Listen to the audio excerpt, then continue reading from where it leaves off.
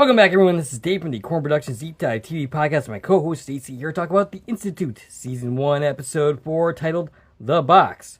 The episode's description reads as follows. As Luke's tests intensify, a new arrival causes problems for Sigsbee. Meanwhile, Tim isn't buying the official story about what happened to Annie. The episode has a teleplay by Sophia Owens-Bender, and yes, that would be the daughter of Jack Bender, so that's interesting. And the episode was once again directed by Brad Turner. This is his second episode in a row. I'm assuming we're doing blocks and that this is it for him for the season, but we'll see. And this is based on a book by Stephen King. Before we go any further, I'll tell you a couple things. One, this is not a spoiler-free podcast. If you haven't watched the episode, I highly recommend you go check it out, and then come back and give us a listen. Secondly, if you're listening on the platforms this podcast is now available on, please follow, and feel free to check out our YouTube channel, Korman Productions, where additional content can be discovered. If you're already on our YouTube channel, please like, share, and comment, and subscribe to our channel. Alright, so some sad announcements. I got some rest in pieces. Yeah, it's been a heck of a week. Yes. A lot of celebrity deaths this week. Ozzy Osbourne, I think we pretty much knew this was coming. I thought it already happened, but I misunderstood the story. Apparently he was basically, it was known in advance when this was going to happen. Hulk Hogan recently died. I'm not a big wrestling fan, and neither are you, but Hulk Hogan is pretty much a well-known name, at least among our generation. Right. Malcolm Jamal Warner, The Cosby Show. He was also in Jeremiah, which was a post-apocalyptic sci-fi show. I think I even came close to actually saying that word right. I think you did say it right. You think I did? All right. It's amazing. Yes. That was very sad. Connie Francis, country music singer from the 50s. You mentioned another one that came up, and I don't remember which the name is. I forgot. I didn't put it in my notes, but do you remember that name? I don't know. Those are the ones who I know who they are. Right, yes. I've seen a list of as many as 9 names now that people have put together this week. All right. But they weren't all people I personally know the work of. And, we can keep going, but I don't think we need to make this the death podcast. Yeah. I mean, we could do that podcast if you want. I don't think that's a great idea. Announce everybody's death. Yeah. But I also have some good news as well. Some birthdays for Elizabeth Moss. She turned 44 yesterday, as of our recording. Yesterday being Thursday. When this drops, it'll be a couple of days after that. But yes, Elizabeth Moss, 44. She was in The West Wing. She was in the movie Us, which I was a fan of. Your mom was not so enamored with it. She thought it was stupid. And Handmaid's Tale, of course. Summer Glau, 44, known to genre fans for Firefly and Dollhouse. Those were 2 very short-lived sci-fi series. Nevertheless, they garnered a cult following. She was also in 4400. Yes. Don't forget that one. As well as Arrow. And Anna Paquin, 43 years old. That blows my mind that she's that old. I mean, I'm also that old. I'm actually a year older, but I always kind of think of her as like significantly younger than me. They age as I know. Yeah. It's craziness. She was in the X-Men movies, the original trilogy of X-Men movies, plus she was also in Days of Futures Past as well. She was in The Piano. She won an award for that. And True Blood. Since you're doing birthdays, I have one. Okay. I wasn't going to bring this up in this podcast. It doesn't make a lot of sense, but since we're doing random celebrity birthdays, today, as of when we're recording, Friday, is Robin Carr's birthday. Okay. Robin Carr is the author of the books that Sullivan's Crossing and Virgin River are based on. Gotcha. Cool. Okay. Happy birthday to Robin Carr. All right. And shout out for Latrice. I asked Latrice... because she made a comment that she was seeing some shades of Severance in the Institute. Mm-hmm. And, I asked that in the comments. She didn't see it. She did hear the podcast, however, and she gave me a rather lengthy reply to that. I'm going to skim through it. I'm not going to read every single word, okay. But here's what we got. All right, so Latrice says, thanks for the shout-out, as always. I don't get notifications from YouTube about responses to my comments anymore. I'll have to see if I can change that. So I didn't see that you asked for an elaboration about the Severance connection. I can't remember everything, but here are some of the things that feel similar between the 2 shows. Miss Sigsbee feels a lot like the people that work in management in Lumen and Severance. They give creepy, true believer in occult vibes, and there's definitely a cult religious devotion that's cultivated by the company's owners. In the case of Lumen, I wouldn't be surprised if something similar is happening with the Institute. Maybe. The people in management at Lumen don't seem to like each other behind the scenes and seem to have an agenda that may not align with the company and what it's trying to get out of its workers. But they put on a fake front went around the employees. Same as with the management at the Institute. It's obvious that the management employees have personal agendas that may not line up with what the Institute actually wants them to be doing. In Severance, the management team speaks to the board through an old-fashioned intercom system. They never see them interact with them in person, and the audience never sees or hears the board either. Similar to the old-fashioned intercom system Miss Sigsbee uses to talk to a shadowy upper management figure. Both shows involve people getting medical procedures that alter their mind's consciousness. In Severance, they separate the brain into multiple consciousnesses, and in the Institute, they cultivate paranormal mental activity. Interesting way to put that. In Severance, the work that the severed employees do is shadowy and mysterious, and the employees themselves don't know what work they are completing. For example, accessing and cataloging their feelings as they sort numbers on a computer screen. But the workers don't know what the numbers mean or why they have to sort them into boxes based on how the numbers make them feel emotionally. And they can't do it at first, but one day it clicks and the numbers start to not just be numbers, but cause an emotional reaction that allows them to be sorted by feelings. But there are implications, especially in the expanded media, that this mysterious work affects the real world somehow in possibly bad ways, and the work they do is supposed to change the world, the whole world. Similar to how the work that the children at the Institute do is shadowy and unclear to them, and makes no sense on the surface, like looking for the dots, but they are told they are saving the world. In Severance, people can have their memories tampered with, like how the Institute claims they can wipe memories and send the children home. I'm at this point where I believe that basically the whole wiping of the memories thing is complete bullshit. I don't think they can actually do that, and I don't think that they have any intention of doing that. That's just their comforting little lie that they're telling the children. In reality, I think they never intend to let them leave. Both involve a small town where some people on the outside are aware of what really goes on, example in Lumen or at the Institute, but where the majority seems unaware. They treat employees in Severance like children. In the case of the Institute, they actually are children. They win silly rewards for doing a good job, including awkward work dance parties, balloons, finger traps, and tokens for the food in the vending machines. Like how the kids at the Institute can win tokens for vending machines and get the cake party for graduating. In Severance, it makes you uncomfortable to see them treating adults in a childlike way sometimes, and the adults at other times. Like, it makes you uncomfortable to see the Institute treat the kids like a weird adult-child mixture. In Severance, because of how the severance procedure works, the innies are prisoners. Basically, they never leave work. Feels similar to how the kids in the Institute are prisoners. The looming building in Severance has a maze of underground corridors and a testing floor that's even deeper than the regular work area. That's restricted and shadowed in secrecy. Feels like the front half versus the back half. There are cameras all over in the place in Severance, and the employees note where they are and find places to meet to discuss their plans to fight back against what the manager wants, like talking in the bathroom or in the copy room, like how the kids talk on the playground by the fence or face away from the cameras in the cafeteria to talk. In Severance, they use the artwork on the walls as ways to indoctrinate the severed innies, including spoofs on the cheesy hang in there posters for corporate America. Reminds me of the Let Your Light Shine and other posters on the wall in the Institute.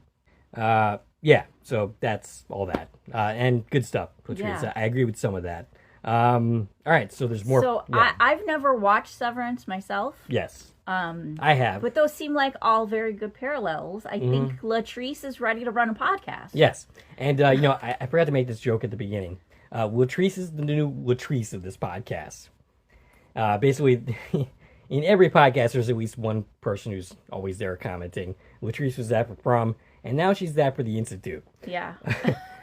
She goes on to say, regarding the actual podcast, beyond her comments about Severance. All right. She loves your theory about the what the PC would stand for. I think you're totally right that it stands for precognition and that the Institute is trying to find and cultivate kids that can see the future. I'm not as convinced that they're trying to find people who are PC anymore. I think they were at one point, but they for whatever reason, they decided to stop doing that. Maybe because it's dangerous. Perhaps. There's more higher fatality rate. Yes. Which, serves the kids to be unuseful for them if they die before they can use them for what they want to use them for. But I think we also heard Stackhouse and Hendricks talk about how there's other places that are doing the PC thing. Right. Whereas this specific place is not meant for that assignment. But we have confirmed in episode 4 that PC definitely is precognition. We definitely do get confirmation that that's what that is. Right. Okay, so she agrees that a lot of the behavior during the graduation goodbye party might have been theatrics and part of their secret plan, and I love that they have a secret plan. I think the physical contact must make telepathy easier, especially if one of them is a telepath, which is why Shaw and Nick were holding onto each other and hugging, and why they were doing the musical chairs, and why Luke has been holding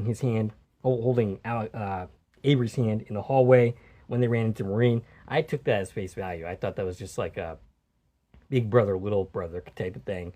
And I didn't consider the possibility that could also be a psychic. After the events of episode 4, that definitely makes a lot of sense. Yes. And I could totally see that they're doing that because it's helping them talk to each other without talking. Mm-hmm. Yeah, this was to make it easier to pass along telepathic observations. And yet, they still talk to each other out loud. And yet, they barely go around the corner to talk about Maureen when she's standing right there watching them talk about her. But anyway. Well, I don't think at this point that Luke has full control of his new capabilities. Right. But I definitely can see how it could help strengthen it all as they go. It's why they all held hands at the end, so they could all be in on what he found out. And Sigsbee was suspicious of that very thing. She was suspicious of Maureen since the first episodes, how she works in this awful place, like all the other people that abuse the kids. But that first girl who was sent in the back half wanted to hold her hand for comfort. And I do think she's telling the truth about how the other kids follow Shaw's lead. Okay, but I think they already knew that about Shaw, which is why she was the one chosen to give the orientation spiel to the new kids. So Maureen technically isn't telling them really new information. So yeah, she could be both sizing this at this point, where she's like kind of trying to play like she's on Sigsbee's side, while not totally being on her side and only giving her information that she technically already has. So that's a good point. And I think there's a chance Maureen is a mole from a competitor to the Institute, and that's her big secret. She offered to clean Sigsbee's office while she wasn't going to be there, which would be a great opportunity to snoop through her files. Either way, if she's working for another branch of something outside the Institute, or if she's just going to try to help the kids somehow by going through her office. Either way, that would be true. I think that's why Luke still tries to recruit Maureen after he's been told her big secret. He thinks she might want to bring the Institute down. And that's it for me. You have more, though. I do. I have another very long one, so now you can rest your voice for a minute. It's my turn to read some really long feedback. This comes from Mirko on our Facebook group. Again, that's the group, the Institute MGM Plus series fans. Join that group if you're not in it. It's run by me, and we talk about the Institute. Mirko says of the Institute episode 3, the tension keeps rising, the mysteries are deepening, and the various storylines are beginning to intertwine. I'm really starting to empathize with Luke. I'm suffering for him and with him during all the tests they put him through. Freeman, in my opinion, is brilliant. The moment when Luke returns to his room and breaks down in tears really moved me. After all, he's just a kid, ripped from his life and forced to undergo tests against his will. With the clear awareness that there may never be a way back home, that must be terrifying. I find Tony unbearable for the way he treats Luke. If I could, I'd give him a good punch in the face. As for the infiltrator they're looking for among the staff, since the previous episode, I suspected it might be Maureen. She's the only empathetic character in there, feels bad for the kids, offers Luke chewing gum, small acts of humanity. But the moment she talks to Sigsbee, it makes me doubt Maureen a bit. Could it be Sigsbee herself who ends up helping the kids? It's a complicated theory, but she notices Avery and Luke talking and plotting, and she lets them be, doesn't intervene for now. Moreover, she's being questioned and challenged by Stackhouse, the doctor, and even the mysterious boss whose name we still don't know. Most of all, she's against the PC program. She doesn't even want to hear about it, whereas Stackhouse and the doctor seem to fully support it. Tim's storyline is quickly becoming intertwined with the Institute. He tells the reporter about what Annie said, and of course, she ends up dead. Tim is suspicious, and starting in the next episode, I'm sure he'll begin investigating the Institute. I'm convinced we'll see Kalisha and Iris again, at least hope so. The chimney that smokes once a week really creeps me out, and I'd love to know what's going on there. As I said, this episode really got me hooked. I'm going to rewatch it in search of clues. In the Italian version, then I think this person is a Italian language speaker. In the Italian version, at the beginning, when Luke enters the elevator with Tony, there's a clear reference to The Shining. Luke says, in Italian, "The morning has gold in its mouth." And Tony replies with a very rude way of saying, "Shut your mouth." Also in The Shining, "The morning has gold in its mouth" is what Jack Torrance obsessively types on his typewriter. Also, Tony is the name of Danny's imaginary friend, Danny being Jack Torrance's son in The Shining. I hope you enjoyed the episode as much as I did. And I can't wait for the next one. Kudos to Joe Freeman. I think he's really talented and convincing. Well, of course, we both agree on Joe Freeman. We've said that from the beginning that Joe Freeman is a pretty great talent, a great find, in fact. And I'm sure the references to The Shining are very much intentional because The Shining, of course, is another Stephen King property. So I wouldn't be surprised if those references were actually in the book itself. Yeah, and it's interesting when you deal with language translations. Sometimes it'll help you like pick up clues, and other times it totally throws you off, right? And this is something we deal with in the From community a lot, with viewers from around the world comparing clues. And it's like, well, the way this was translated, even like the title of the episode, the way it's translated, how does that affect how we view what's happening? Well, language isn't the only problem. It's also cultural. Right. Because, we're coming from very different perspectives and, the way that our cultures operate. So we're viewing things from a very different lens. Of course. Which is interesting in itself. So in the English original version of The Shining, what Jack types on the typewriter is, "All work and no play makes Jack a dull boy." Right. Which apparently is not what he types in, in Italian. "The morning has gold in its teeth," which is a line I've never heard before. No, neither have I. But that's what they use here. So I went back and listened to this scene to hear exactly what Luke said in English. And what he said was, "Early bird gets the worm." Yes, I do remember him saying that. Which, interestingly enough, is the line that's used in The Shining in the German translation. Okay. So there is something there. Gotcha. Also, I don't think Miss Sigsbee is going to turn out to be an ally. And actually, right now, I think Hendricks and Stackhouse are actually helping Luke more. Even though their intentions are not to help We Luke, learned in this episode, we confirm in this episode that their intents are to sell him to somebody, which is not good. Yes, at the same time, it's keeping him in front half longer, which is what Luke wants. Sure. So they're playing into his hands a little bit. Sure. Yeah. But nobody's on this kid's side. No. I mean, other than the kids themselves. Yeah. All right, so do we have anything? Oh, yeah. So, yeah, all right. Your thoughts on this week's episode. All right, episode 4.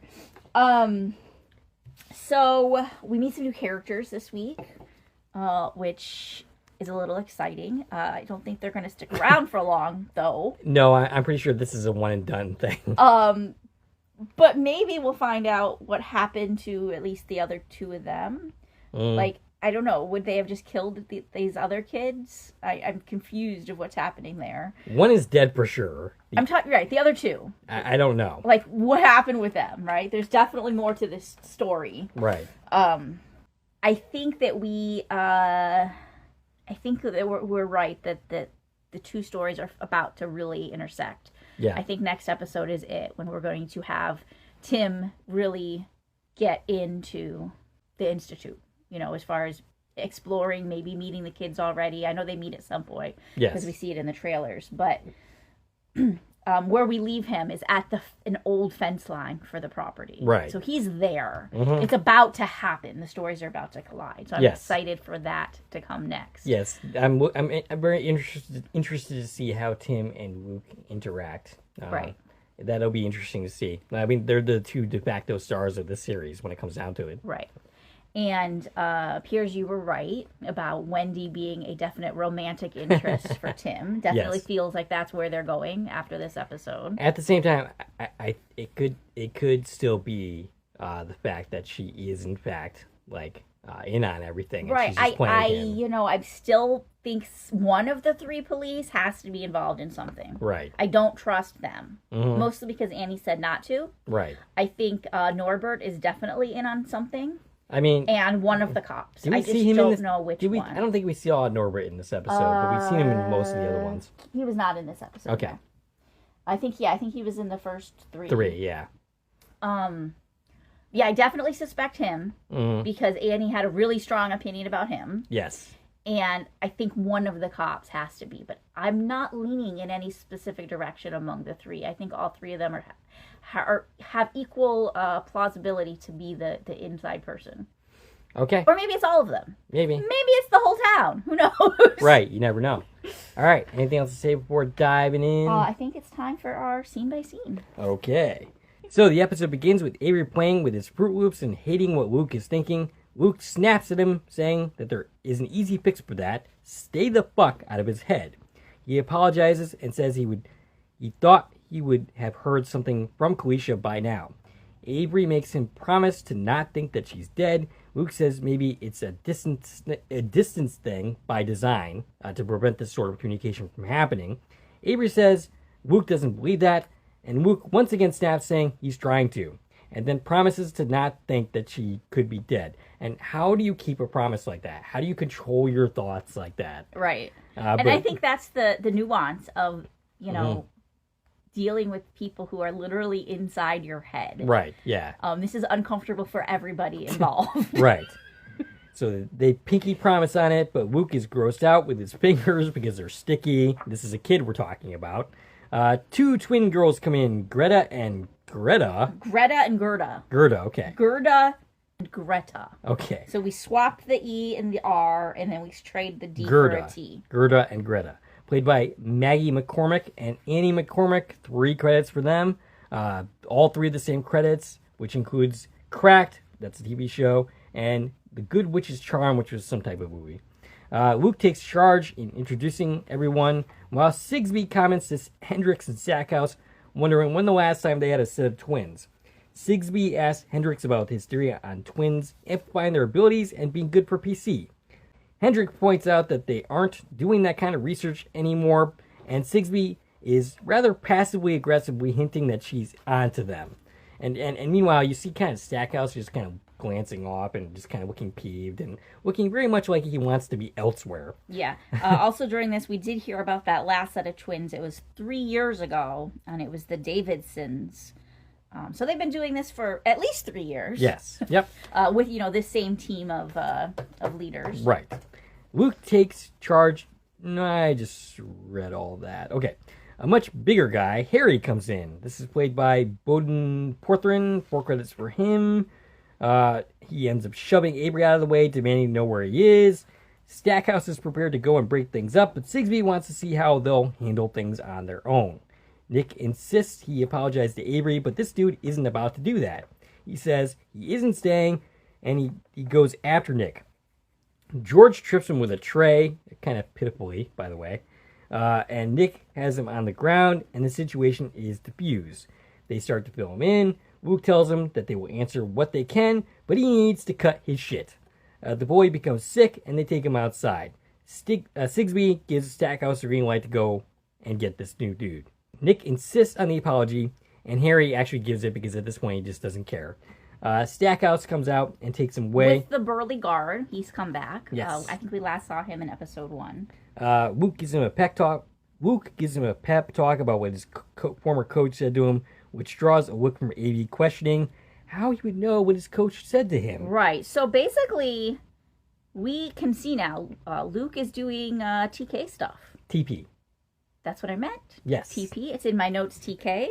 I meant TP. Yeah, he was already TK. He's doing TP stuff. And I feel it's really weird that he said this to Harry right now, because Stackhouse and the Burly Guard are both in earshot. Yeah. And it should have been really easy for them to pick up on what just happened. Right. But they don't. Well, I mean, Stackhouse isn't the sharpest tool in the box. But anyway. But Avery picks up on it. Yep. And he says, wait, Luke, like, you're TP now. Why didn't you tell us? Luke says he hoped it wasn't real. And he has to find a way to basically, hide it. Avery says he'll keep looking for Kalisha. And, Nick gives him a look. And Luke is like, yeah, my interest here is just, I'm just worried about her. When Nick knows better. Nick knows that he is. In fact, they've all been outed. So they all know how the other feels. So it's just kind of funny that they're still kind of playing this denial card, despite having everything out in the open anyway. But also, whatever their plan is depends on getting intel from the back half. Right, yeah. So it's kind of important that they do make contact with her, just so they can plan their next move. Mm-hmm. And then Nikki asks what the coach's advice was to Harry that Luke was reminding him of. The advice was, don't lose your temper until it's time to lose your temper. Right. Basically, this can be read as Luke, on one hand, reiterating to Harry, like, hey, we're not your enemies, they're your enemies. And also kind of like, hey, like, we could use your help, work with us. Right. And also, there's something coming. Yeah. There will be a time to lose your temper. Right. And also don't do anything stupid right now to get yourself hurt. Exactly. Unfortunately, I think that's a lot of nuance for this character Harry to really get. But nevertheless, he manages it. He manages it in this moment, but not for long. No, unfortunately not. So Tim tries to convince Ashford, Drew, and Wendy that Annie did not overdose and get drunk and kill herself. Yes, much for Annie's advice not to trust anyone. Yes. Because Tim is very much trusting his coworkers right now. like the X-Files, you're supposed to trust no one, except Tim does not heed that at any point. Also, I want to bring up, he never during any of this mentions Kate. Yes. Has he not put two and two together yet that she got killed right after he told Kate about her? I don't feel like he's put that together yet. No, I don't think he has. So he wants to get a toxicology report, and Ashford is like, I'm sorry, what? A request like that has to go to the state, and it costs $3,000 something odd dollars. $3,700. And I'm sorry, you want me to spend that on a homeless woman that's living on the streets? Yeah. When there's so I mean, on the one hand, Ashworth is being kind of a dick here. On the other hand, it's kind of understandable. Right. It seems pretty cut and dry to him. He says, I could possibly swing that if I believed like we'd actually learn anything from it. Right. But I don't think we would. I also find it really astonishing that it would cost that much to a police department to run a toxicology report on an open case. That seems like a lot of money. Yes, and definitely not something that you want to spend on somebody who's indigent on the street.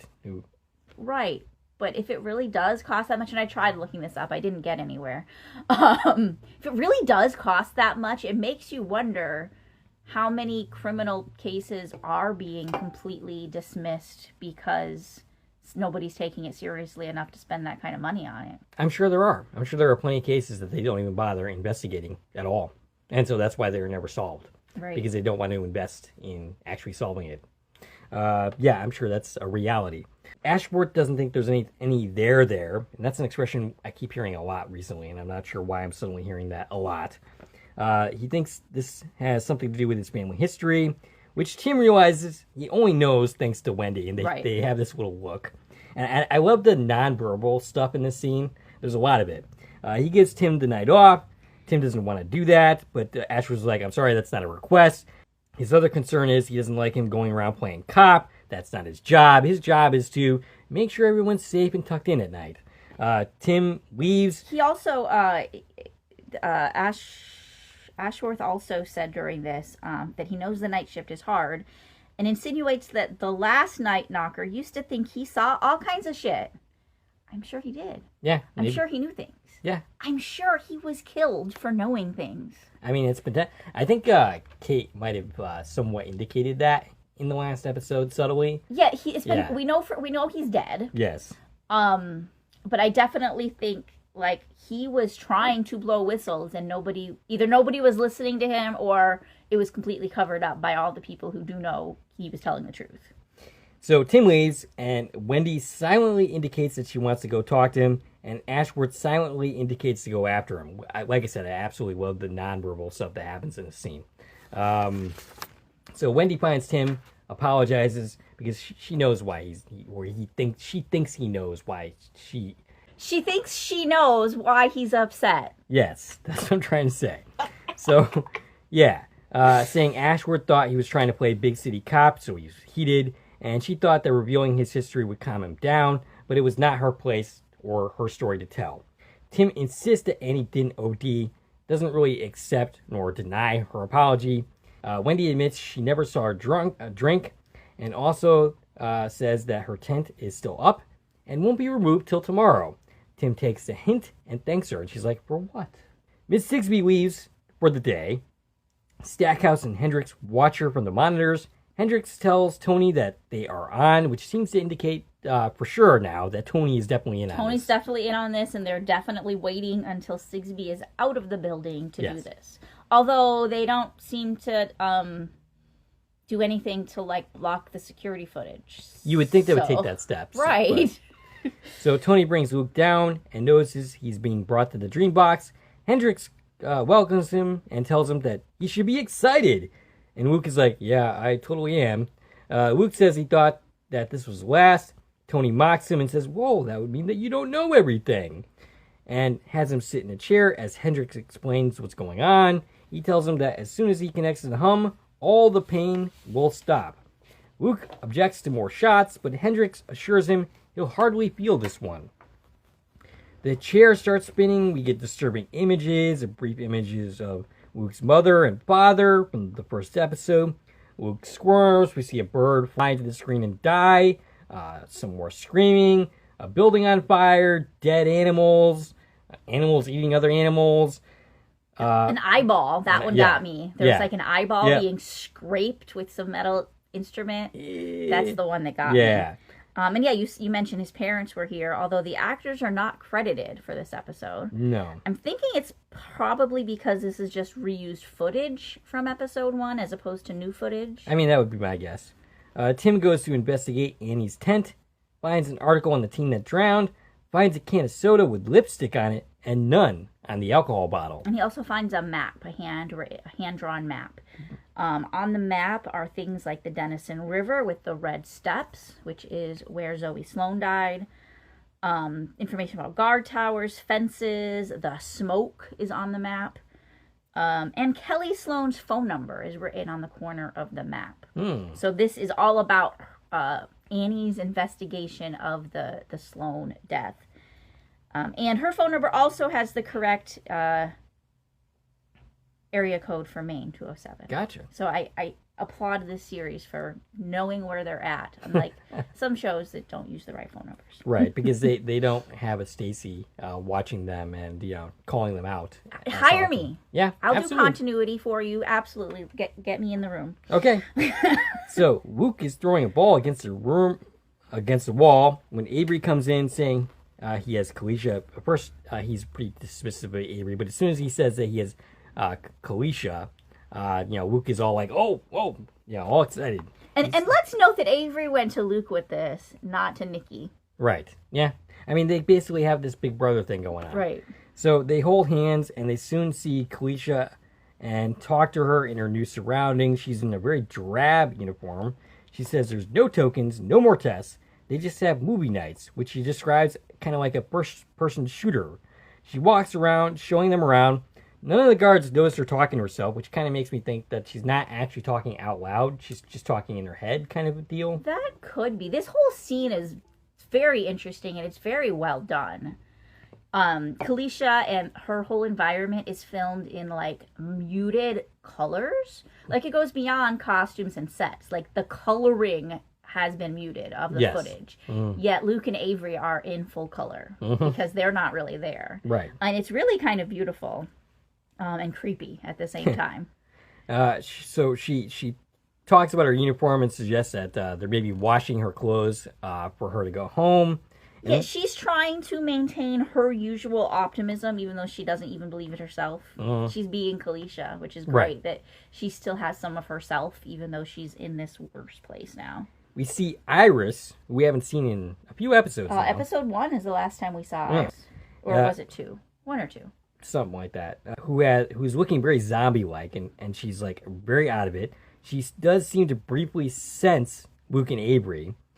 And then she ends up dropping her cigarette in her cereal. She seems very, very out of it. It's very, very concerning.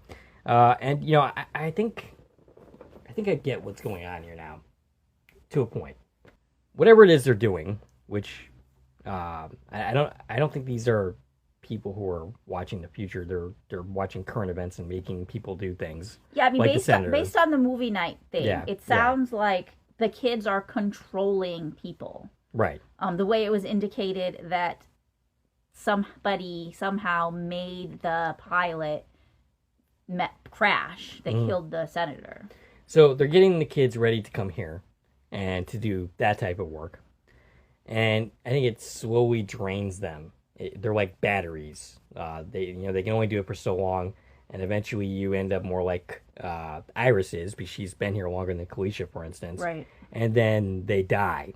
And then they get put into urnaces or into fireplaces and burned up. And then you see smoke rising from the smokestacks. I think that's pretty much what's going on. The smoke definitely insinuates burning bodies. Like that's the only thing that black smoke has ever represented, unless we're talking about like the smoke monster on Lost. That's a whole different conversation.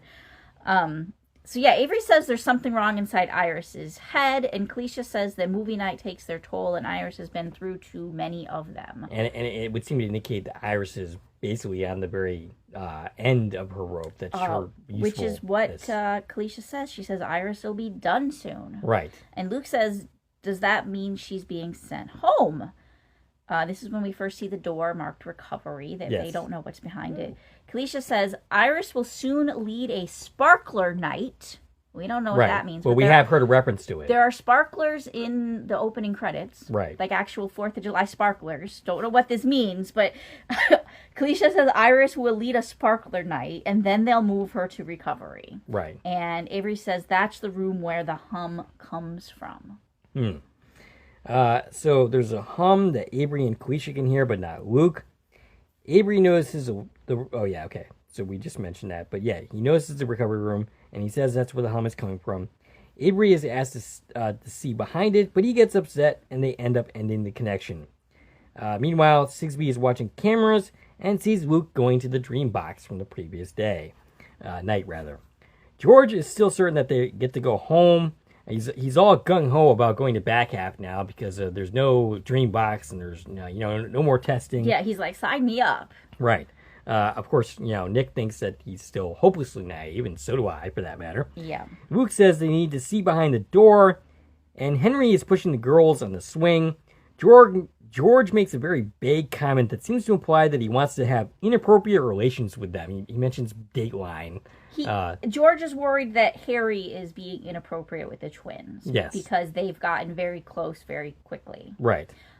So we got these 3 new recruits, and they don't seem to be interacting with the old recruits at all. Right, They just are doing their own little thing, the 3 of them. There's a very, what's the word for it? A click going on. Luke asks Avery to scan Harry, and what he thinks of the twins. Avery thinks he sees them as Cocker Spaniel substitutes, basically. Yeah, in other words, it's harmless. Yes. Is what we're getting out of this. It starts to rain, the kids head inside, but Sigsbee wants to talk to Luke. She insists they talk outside. She brings up his test scores and not matching with the progress he's clearly making. He brings up a chess player who wanted to know how people will react in the rain. If they go inside, that player would play a wild and open game and the opponent would lose. If they stayed outside, he would play a tight game, they would lose patience and lose. Sigsbee says, I love the rain. But, I mean, at this point, it seems like Luke is talking about himself at this point. So since he stays here, he's going to play a tight game and be patient. Right. Yes, but anyway, Sigsbee says he still hasn't answered his question, or her question. She's still not going to. Luke says because the tests are BS, so is his place, and so is she. Sigsbee cuts to the quick and says Dr. Hendricks put him through the dream box. Luke will not confirm nor deny this. He just uses the opportunity to needle her. Luke laughs at her, surmises that Stackhouse is going against her too, and I'm actually wondering if at this point if he's using a little bit of his TP on her. I feel like he definitely could be. Right. Sigsbee tells him to stop biting her. Luke is basically go, why not? Because you're not the enemy? And she says, nope, because you can't win. I wish I bought any kind of menace from Mary Louise Parker here. Unfortunately, I don't quite, but... No, she's definitely, I feel like, in the most vulnerable position now. She doesn't trust any of her coworkers. She knows her own job is in jeopardy. Right. And you don't get fired from this kind of company. No. You get eliminated. Yeah, you get shot in the head and you're done. The kids don't respect her. Right. She has nothing going for her, this woman. Mm-hmm. She's in a pretty rough place. Arguably more of a rough place than the kids are in. Yeah. Because what's she going to do if, the whole company's against her? Right. She has to prove her worthiness here, and I don't feel like it's going that way. So Tim goes to Wendy's house, and he says, I hope it's not weird that I just showed up here. And Wendy asks, why would it be weird? And then he goes inside. It would be weird because, unless you do this kind of thing regularly, it's weird for you to just show up at a coworker's house. Right. Second, this day and age, I think you should call ahead before showing up at someone's house. So, yes, that could also be considered weird. So, yeah, there'd be reasons why this would be considered weird. But Wendy's totally being sarcastic. Not to mention they've known each other for like 3 days. Right, yes. So, Tony brings Henry back. Harry. Damn it. While you were taking these notes, you asked me his name. And I got it wrong. All right, so Tony brings Harry back, who's clearly not doing very well. He's basically trying to lug this guy back. Luke, and he's pissed at Luke, saying, I don't have any time for your bullshit. Harry ends up puking on the ground, and basically, Luke's like, he needs a doctor. And Tony's like, no shit. You have any other piercing insights that you'd like to share? And he calls Maureen. He points out the puke on the ground and leaves. He's just all in all a jackass. Yeah, and puts Harry in his room. Now, this is the first time I've noticed that the kids' rooms have locks on the doors. How does that work? Because the kids themselves seem to have access to their own rooms at any time. Right. They can come and leave their rooms. Yeah. But they can't get into each other's rooms. Right, except for the fact that later we'll see Avery hanging out in right. this room. So how does this work? I don't know. Is only Harry's room locked right now? Maybe it's a security thing at this point because they're a little... Because he's new or because he's aggressive? Maybe they're a little wary of him, so they're taking extra precautions. Because we see this moment where Tony unlocks Harry's door, and later we'll see that Luke can't just walk in to Harry's room. But you're right. We see Avery hanging out in Luke's room. Right. So how does that work? I don't know. All right. So Maureen comes. Luke challenges her and tries to recruit her. She brings him to the ice chest. I'm going to mention not very efficiently cleaning up the puke. There's no way that the 2 seconds of mopping she did cleaned up that puke. I'm sorry. Maybe she just doesn't get paid enough to deal with puke. But anyway. So she brings it, and I'm sorry that her work is not up to your standards. I will let her know that... I've worked in schools. I've cleaned up puke. It takes a lot more than that. Yeah, I know. So, she brings him to the ice chest in this little corner where they cannot be heard, and he tries a full court press to get her to help. She can't because she insinuates that they will kill her if she does, and plus she's a janitor and has limited access. He reveals he knows what happened to her son. That was her big secret. And he says he is not her son, but he very well could be. Any of these kids very well could be. Yeah, so she had a son named Jacob who liked to be called Jake because Jacob was a grown-up name. Jacob's a name from Lost, by the way. Yes, it is. Do we think the Institute killed her son? Was he part of this project? Or just her son died? And that's all of it, is she knows the loss of a child. I'm I don't see why you would work for people who actively killed your son. I mean, I don't know why she doesn't have the option to leave. Okay, so if she got pulled into this somehow, along with her son, I don't know. Like, we don't know her whole story. Right. Is all I'm saying. I mean, maybe we'll get more as we go along. So he leaves, and she, of course, cries. She's an emotional wreck at this point. Wendy is amused by the empty bottle of booze, saying, most people bring, actual bottles of booze, not already drunk. And I don't know that she knows that he's an alcoholic at this point. So, but Tim asked her if she ever saw Annie not wearing her lipstick. And Wendy says, nope, in fact, I have not. Yeah, because he shows her the bottle and the can, and she instantly picked up on the same thing he did, that the can is absolutely covered in messy lipstick marks, and the bottle doesn't have a single mark on it. He brings up the senator, and Wendy brings out the yearbooks to show him, the teen who drowned. The kids involved all had the words Notre Pan written under their names, meaning our bread. I don't know how that's significant in any kind of way, but it was apparently some kind of inside joke. Yeah, it says it indicates these 4 kids were involved in something together. Something involving bread? Probably not something involving bread. I'm guessing something involving the Institute. Yeah, that would be my guess too. He finds something else, teases her about it, and then they almost kiss. But what he finds is a picture of a student named Alex Turner that she has drawn little hearts all around. Oh, that's adorable. So she had a crush on Alex. I also noticed, because I paused and looked at this page, like, hey, is there any clues here of things we need to know? All of the kids in this yearbook do not appear to be in any sort of alphabetical order, which is really weird, because yearbooks are usually in alphabetical order. Yeah. So his shift is about to start, and he asks if he can borrow her car tomorrow. Luke has a nightmare. Actually, is this the same day? I think it's that night. Okay, so he doesn't have a shift to start because he got the night off if it's the same day. Right, he was told to take the night off, but then he indicated he's going to work. Oh, okay. I caught that too. Okay. So maybe another day passed. I don't know. Okay. So Luke has a nightmare about Harry getting angry and hitting one of the twins in the face with a weight.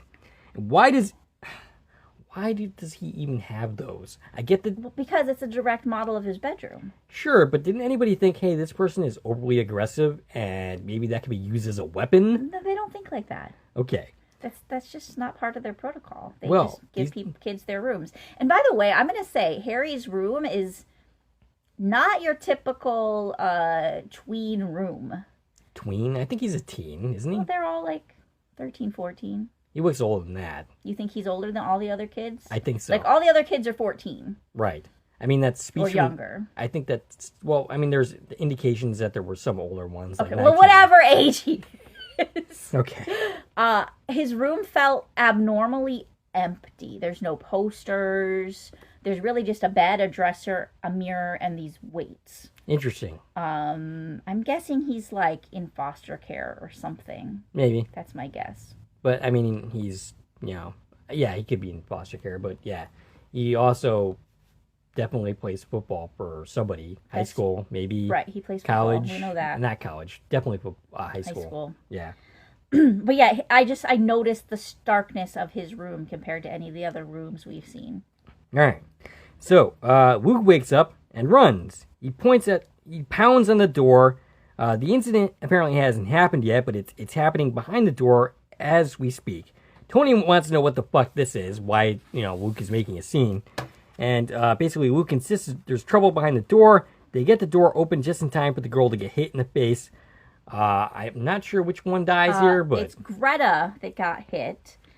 And Gerda is at her side telling her to wake up. And she says, Harry didn't mean to hurt you. Yeah, and, her eyes are wide open and there's nothing there. She is very, very dead.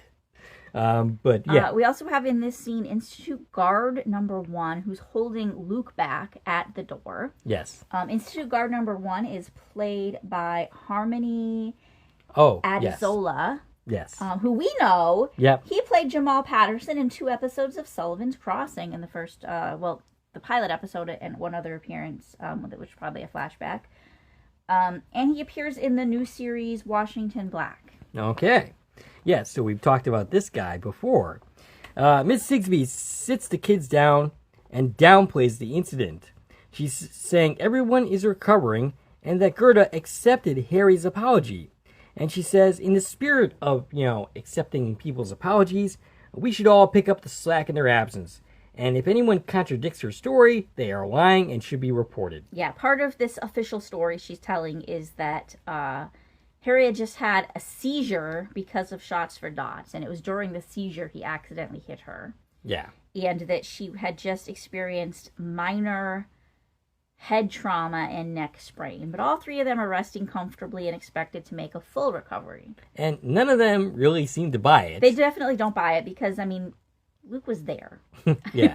Yeah. He saw it all go down. He knows exactly what happened. And George is basically like, can we see them? And Miss Sigsbee's like, nah. And she says, hey, if we all agree to this, can I get a yes, Miss Sigsbee?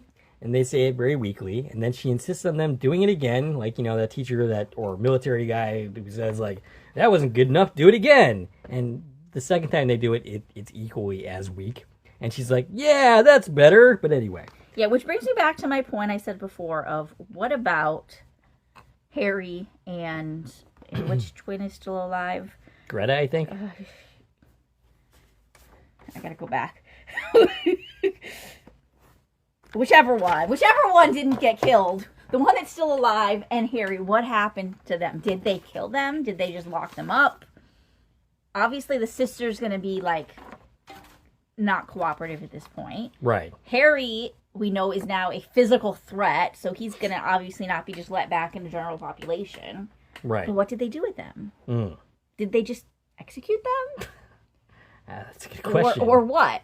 Right. What is happening here? Right. Again, I hope that we hear more about them because it's a plot hole if we don't find out what happened, at least to the two that are still alive. Yeah. So we go to the ice machine.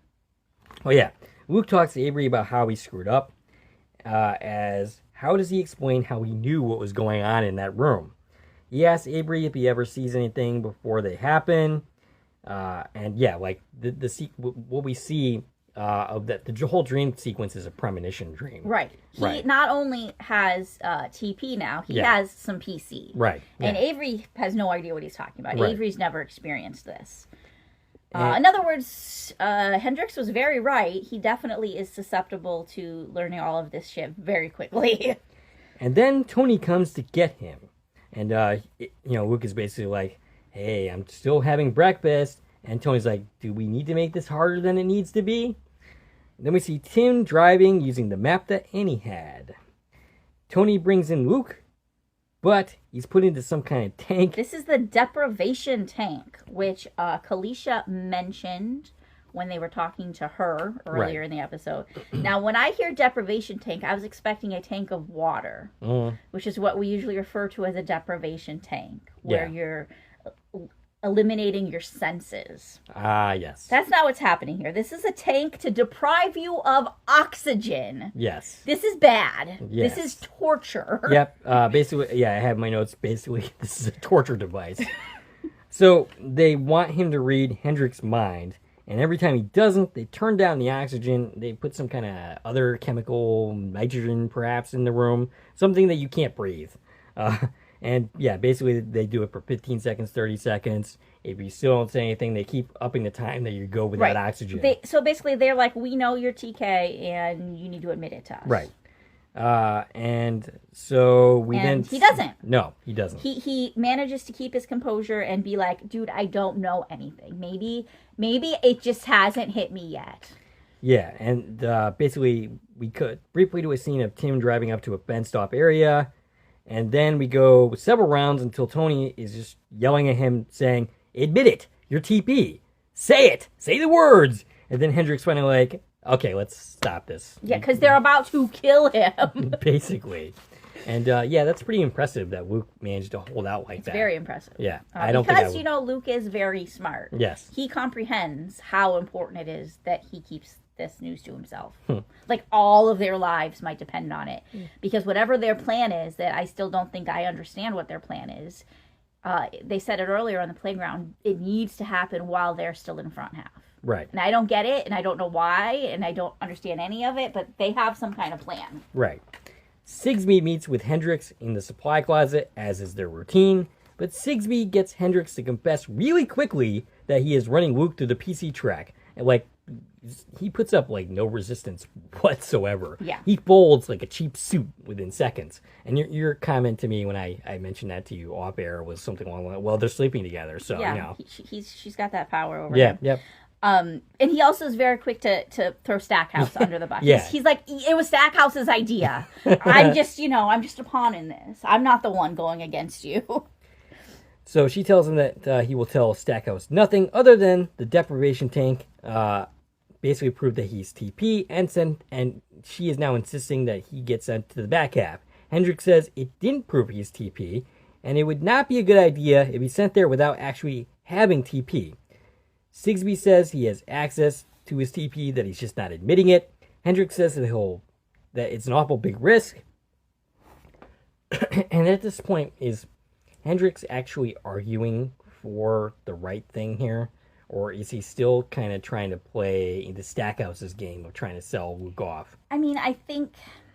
Does Hendrix actually believe what he's saying here? I think he does, because he's not convinced that Luke is TP. And the way they're like, you know what would happen if we connected him to the hum too early. I don't think it's just about Luke's health. I don't think the risk is... I don't think they care about Luke's health at all. Right. I don't think if you hook the kid in before he's ready, I don't think the kid just dies. I think it literally could have catastrophic not circumstances. Effects. Yeah. There's a word I'm looking for, but it would be bad. Yes. Like, end of the world kind of bad. Okay. Based on, what they keep hinting at. Like, this is a big deal, right? Or, they get in trouble and get killed. Mm-hmm. Something, Right. Bad for them. Consequences, that's the word I was looking for. Okay. Bad for them consequences, not just for Luke. Right. I'm pretty confident that they don't give a shit about Luke. Which is why Sigsbee's like, okay, fine, we're not going to send him yet. She's like, just keep things the way they are, but don't say a word of this to Stackhouse. And she says that she will take care of proving that he is in fact TP. Right. All she needs is confirmation of that, and then they can send him.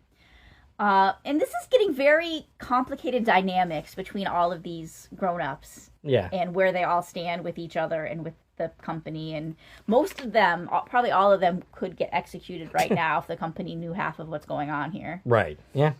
Maureen brings Luke back to his room, and Avery says that... And yeah, like... Avery's there. Yeah, Avery's just hanging out in Luke's room. Right. And Avery says that was so scary. It was like he was dying. As Maureen goes, Avery gets a read on her and sees Greta, okay. One of the twins. The dead twin. Right. Being wheeled on a cart into a room, and Avery tells him that he knows what's behind that door. He says, I saw it in Maureen's head. He knows what's behind the recovery door, because that's where they're bringing this twin. Which is probably where they're just, like, heaving her into, like, this oven and probably cooking her. Also, it could be something totally different. Right, it could be. I mean, who knows? Maybe it is going to bring her back from the dead, or... So we're now going to be going into a revival? I mean, this is Stephen King. Right. Literally anything's possible. Mm-hmm. We could have aliens behind the door. Well, that would be an interesting twist. A lot of aliens in Stephen King properties. Yes. Could be anything. But it's probably just where they put the dead bodies. Yep. But also it's where the hum itself lives. And we don't know what the hum is, but it's a big deal. Yes. It's what connects all these kids. It's what operates the keyholes, whatever that means. Right. The keyholes, I'm guessing, is being like an opportunity to end the person you're... something. End the person you're trying to end, basically. Or try to prevent, or whatever. I don't know. Yeah. Yeah, so that's the end of the episode. That's a pretty disturbing end note for sure. I'm very curious as to what's going to happen in the next episode. I'm wondering if that might be the one where we finally, have Tim and the Institute intersect. Yeah. I feel like it has to be. So we left Tim. He's at a fence. It's an old rundown fence. Yep. A sign that says no trespassing. I definitely think this fence is... part of or near the old the old playground fence that Avery had seen through the dog. Like, it was that same type of, like, oh, yeah, it's an old rundown part of the property that's not being used anymore. So I definitely think Tim is going to trespass. Yeah. And what's he going to find? Nothing good. Nothing good. No. And what does any of this have to do with the kids at the red steps? Right. Yeah, I'm confused. Because there's obviously some story there that's important, because it's been brought up multiple times now. Right. Yeah. All right. Do we have anything else to say before concluding? We're halfway done. This was Yes. episode 4. Half the season's I know. over. Yep. Already. That was quick. Only 8 episodes. Only 8 episodes, yeah. Yeah. It is kind of relieving to not be doing 3 series now and only down to 2. But yes. But we were so worried. Well, you were more worried than I this time around that we were just not going to be able to handle all these things. But I knew we could handle it. I just knew it was going to be challenging, and it has been. Yes. But we pulled it off. But we've been pulling it off, and I think we're doing a decent job. Yeah. Of covering all of the content we're covering. Yep. What do you guys think? Yes. We'd like to hear from you. What did you think of this episode? What did you think of this podcast? What did you think of, Stacie's question? How we're handling all this content that we're trying to get to? Stacie can be reached at. I can reach on Twitter, X, Instagram, Threads, and Blue Sky at TVN Coupon Talk. If you like this video and want to support the channel, there are a number of ways to do so. You can follow me on Twitter at Korman Productions. You can join the Korman Productions Facebook page. You can buy something from the Korman Productions store on Zazzle. You can buy me a copy. You can join the Korman Productions membership for 99 cents a month. And, of course, you can like, share, and comment on this video as well as subscribe to the channel. This is Dave and Stacie from Korman Productions, signing off.